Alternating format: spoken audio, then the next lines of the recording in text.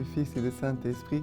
Amen. Grande joie d'être là avec toi en ce mardi 14 mai. Et on continue à vivre notre neuvaine de l'Esprit Saint.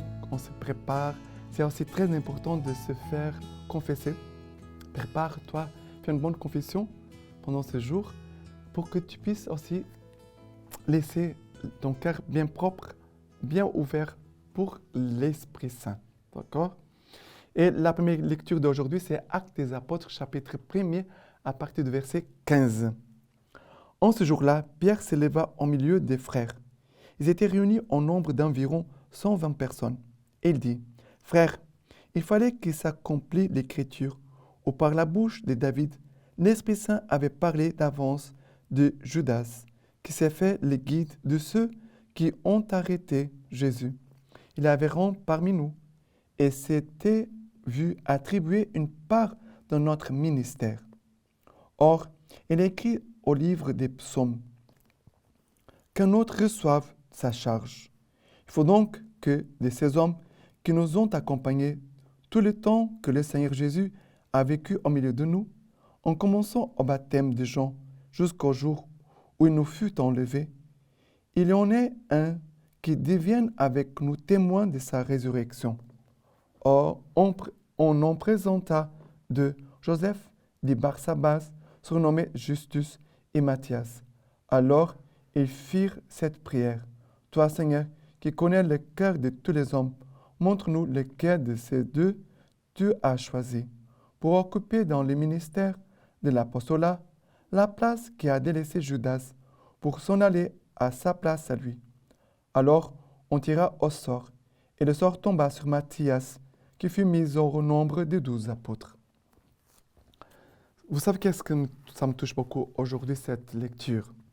Bon.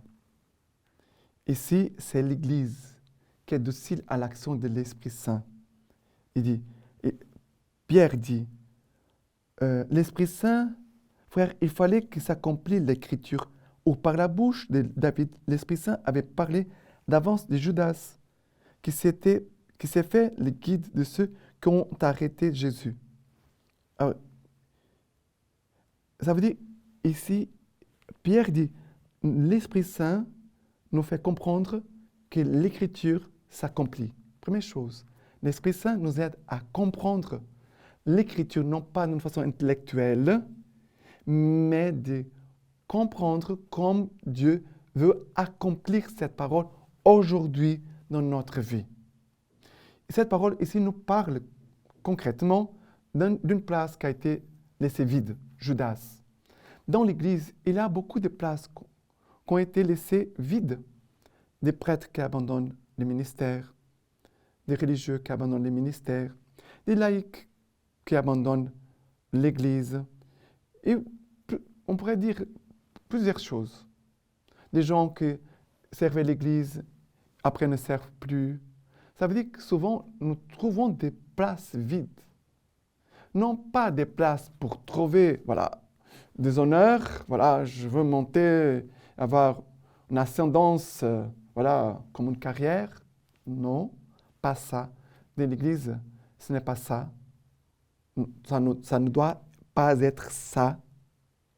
Même si malheureusement cela arrive dans certains lieux. Mais les places vides doivent nous provoquer pour dire, si cette personne ne veut pas servir, moi, j'accepte de remplir cette place vide. Si quelqu'un ne veut pas chanter, je peux chanter. Si personne veut lire, je peux lire. Si quelqu'un a laissé sa vocation, je vais prier ou alors je vais laisser l'Esprit Saint m'interpeller en disant, est-ce que si cette personne a abandonné sa vocation, peut-être c'est Dieu qui m'appelle aussi à moi de prendre place. Ça veut dire Dieu, de répondre et dire, voilà, si tel prêtre, tel religieux, tel missionnaire a abandonné, peut-être c'est Dieu qui m'appelle à dire, qui me dit, avance-toi, donne ta vie, offre ta vie et sers. Mets ta vie au service des frères et sœurs. C'est comme ça. Cela doit nous provoquer. Il y a beaucoup de trous, beaucoup de places vides dans notre Église, parce que souvent les gens ne veulent pas beaucoup d'engagement, beaucoup de responsabilités, ne veulent pas avoir beaucoup de travail. Ils veulent participer dans les célébrations, mais voilà, je suis là en train de regarder, c'est beau, parfois il y a même ceux qui regardent pour critiquer, mais qui ne font rien. On doit laisser cette parole s'accomplir aujourd'hui dans notre vie. Que dans notre corps, ça veut dire le corps de l'Église, nous devons prier pour que toutes les places vides soient occupées, pour que le corps de Christ soit complet. D'accord? Et maintenant, le psaume, c'est le psaume 113. Le psaume 113, à partir du verset 1. Alléluia. Louez serviteur du Seigneur, louez le nom du Seigneur. Béni soit le nom du Seigneur, dès maintenant et à jamais. Du lever du soleil à son coucher, loué soit le nom du Seigneur. Plus haut que tous les peuples, Seigneur, plus haut que tous les cieux, sa gloire. Qui est comme le Seigneur notre Dieu, lui qui s'élève pour siéger et s'abaisse pour voir ceux, cieux et terre. De la poussière, il relève les faibles, du fumier, il retire les pauvres. Pour l'asseoir au rang des princes de son peuple. Le Seigneur nous a dit que le Seigneur s'abaisse pour voir cieux et terre. Et qu'est-ce que Dieu cherche? Le Seigneur cherche les faibles pour le relever de la poussière, du fumier et retire les pauvres. Le Seigneur, voilà l'action de l'Esprit Saint, l'action de Dieu, l'action de la parole de Dieu qui descend pour nous relever, pour nous retirer du fumier de notre péché et de nous mettre à la place, au rang des enfants de Dieu. Et si nous parle des rangs des princes, le rang des princes, ce n'est pas pour dire un titre, c'est pour dire la place des enfants de Dieu. Si Dieu est roi, nous sommes les princes. Que le Christ puisse vraiment régner dans nos cœurs, dans nos vies. Et maintenant, l'évangile d'aujourd'hui, c'est Jean chapitre 15, à partir du verset 9. Comme le Père m'a aimé, moi aussi je vous ai aimé. Demeurez en mon amour. Si vous gardez mes commandements, vous demeurerez en mon amour. Comme moi, j'ai gardé les commandements de mon Père, et je demeure en son amour. Je vous dis cela pour que ma joie soit en vous, et que votre joie soit complète. Voici quel est mon commandement. Vous aimez les uns les autres, comme je vous ai aimé. Nul n'a plus grand amour que celui-ci, déposer sa vie pour ses amis. Vous êtes mes amis si vous faites ce que je vous commande. Je ne vous appelle plus serviteur, car le serviteur ne sait pas ce que fait son maître. Mais je vous appelle ami, parce que tout ce que j'ai entendu de mon Père, je vous l'ai fait connaître. Ce n'est pas vous qui m'avez choisi, mais c'est moi qui je vous ai choisi et vous ai établi pour que vous alliez et portiez du fruit et que votre fruit demeure, afin que tout ce que vous demanderez au Père en mon nom, il vous le donne. Ce que je vous commande, c'est de vous aimer les uns les autres. Dieu nous demande de nous aimer les uns les autres.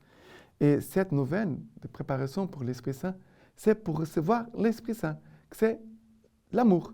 Quand l'Esprit Saint entre dans notre cœur, qu'est-ce qu'il produit? Foi, confiance en Dieu, accueil de Dieu, de son amour, réponse d'amour envers Dieu, de quitter le péché, changement de vie, on pourrait dire conversion, mais l'Esprit Saint produit tout de suite la foi. Je n'avais pas la foi, et d'un coup, je crois en Dieu.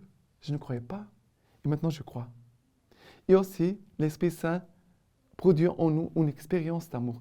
Dieu m'aime d'un amour qui ne change pas, d'un amour qui est éternel, d'un amour qui est plus fort même que mes péchés, que mes faiblesses.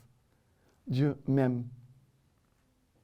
Alors, ces deux expériences font notre joie.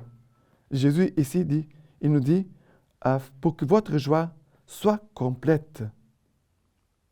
Mais Jésus nous invite à demeurer dans son amour. demeurer.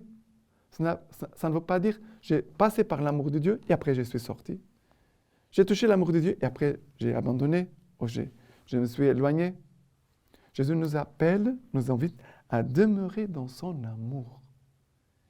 Et cet amour envers lui dans la prière, son amour envers lui dans l'Eucharistie, mais aussi l'amour les uns vers les autres. Quand on s'aime, Dieu est là avec nous. On demeure dans l'amour de Dieu.